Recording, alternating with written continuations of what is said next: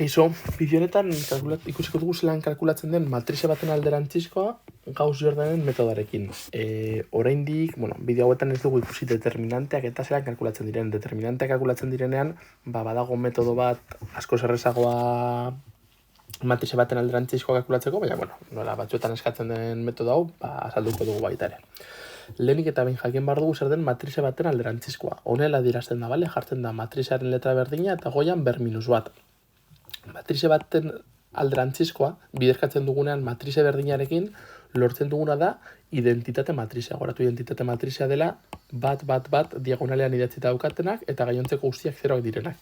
Eta hau lortu daiteke bai alderantzizko matrizea aurretik edo atzetik biderkatzen badugu, bale? Kasu honetan, bi kasuotan ere berdina lortzen da. Goratu matrizeak alde batetik edo batetik biderkatzen direnean batzuetan emaitzak ez direla berdinak. Kasu honetan, bai.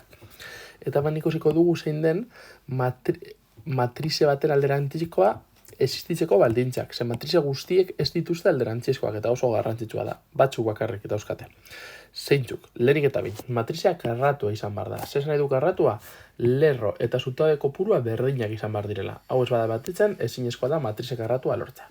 Eta bestetik, aurreko bideotan azaldu dugu zelan kalkulatu matrize baten heina, matrize horren heina izan behar da bere dimentsioen berdina. Hau da, aurreko bideotan ikusi dugun kasu guztiak izan dira 3x3 bezalako matrizeak, ez da? Zeuskatela 9 elementu. Vale.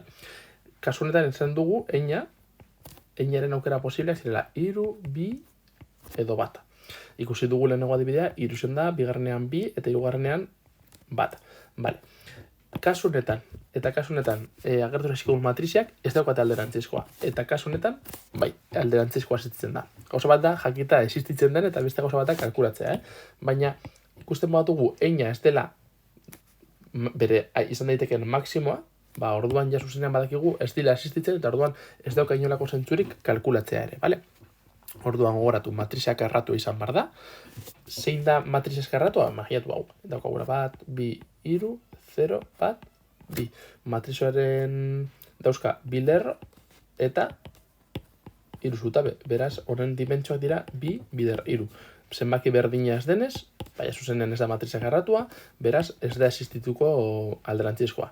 Eta karratua denean, gainera bere heina izan behar da bere dimentsioen berdina. Orain, baldintza hauek azalduta ikusiko dugu zein den metodoa. Vale, demagun matriza daukagula. Lehenengo baldintza betetzen du karratua da, 2x2 motetakoa delako. Eta, gero ikusiko dugu heina zenbatekoa den, eta horren arabera jakingo dugu alderantzizkoa existitzen den edo ez. Lehenengo pausua, jarraitu behar ditugu pausu batzuk, eta beti orden berdinan, beste ordenetan egin daiteke, baina gomendagarria da jarraitzea. Matrize honi itxatziko diogu identitate matrizea zelan, urrengo moduan. Idazten dugu matrize berdina, 1, 3, hemen lerro bat jarriko dugu markatzeko, banaketa bat dagoela, eta orain identitate matrizea, goratu identitate matrizea, direla elementu guztiak 0, bere diagonalean daudenak bat direla izan ezik. Zein izango da gure helburua? Matrize honetan transformazioak egingo dugu, eta gure helburua izango da identitate matrizea eskerrera mugitzea. Zelan lortzen da hori?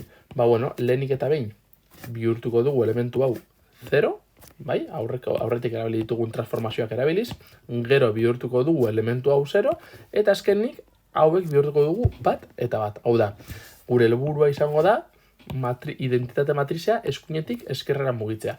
Hemen transformazioak egiten ditugunean, hemen baita ere transformazioak aplikatu beharko ditugu. Eta beraz, hemen identitatea lortzen dugunean, hemen eskuinean geratuko zaiguna izango da alderantzizkoa. Baina, joan gara ikusten. Lehenengo pausua, diagonal nagusiaren bekaldean dauden elementu guztiak 0 bihurtzea. Kasu honetan, bakarra dago, hau da, gogoratu. Hau ni deituko diogula F1 eta hau ni deituko diogula F2. Gure helburua izango da B-koa 0 izatea. Beraz, F2', nola hemen daukagun 1 eta hemen 1, nahikoa izango dugu. Goikoaken B-koa. F2' izango da F2ken F1. Behin transformazioa aplikatzen dugunean, ikusten dugunez, lortzen dugu hemengoa, diagonaletik bera dagoen elementuak 0 bihurtzea. Zein dugu, bigarren lerro hau izango da. Hasierako lerro berdina ken goikoa. Bat, ken bat, hiru ken bat, 0 ken bat, eta azkenik bat ken 0 aplikatzen dugu guztian. Eta horrelako zerbait geratzen zaigu. Urrengo pausua izango da, diagonal hau hasten dugu, hemen transformazioak aplikatzen dira, baina lan egiten dugu hauek begiratuz. Diagonalaren azpian dauden elementuak 0 izango dira, diagonalaren goikaldean dauden elementuak, kasu honetan hau bakarrik, gure helburua izango da, hau baita ere 0 bihurtzea. Horretarako, aplikatuko dugun transformazioa orain izango da, f bat prima prima, hau da, lortuko dugun, berria izango da. F bat, zer egin dezakegu hau 0 bihurtzeko, biderkatzen dugu hau bider bi, eta b-koa kentzen diogu. Bi aldiz hemen daukaguna, bi aldiz f bat prima, ken f bi prima. Hau biderkatzen dugu bider bi, beraz hemen bi bat daukagu, kentzen diogu b-koa, eta orduan hau 0 bihurtuko da. Beraz, aurretik geneukan 0 hau lortuta, eta orain lortu dugu 0 berri hau.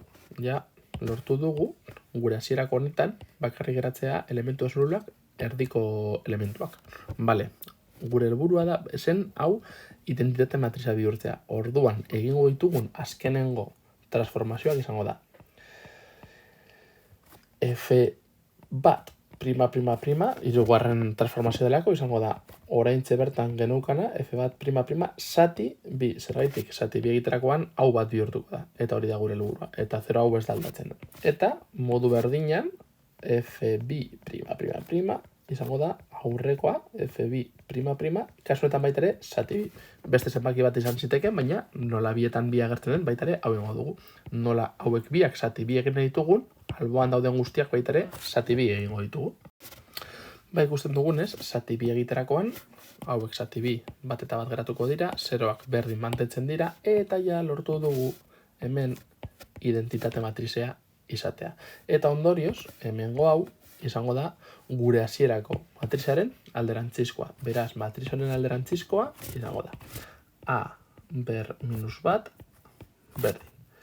Hiru zati bi minus bat, zati bi minus bat, zati bi eta bat zati bi. Eta hau izango da gure emaitza.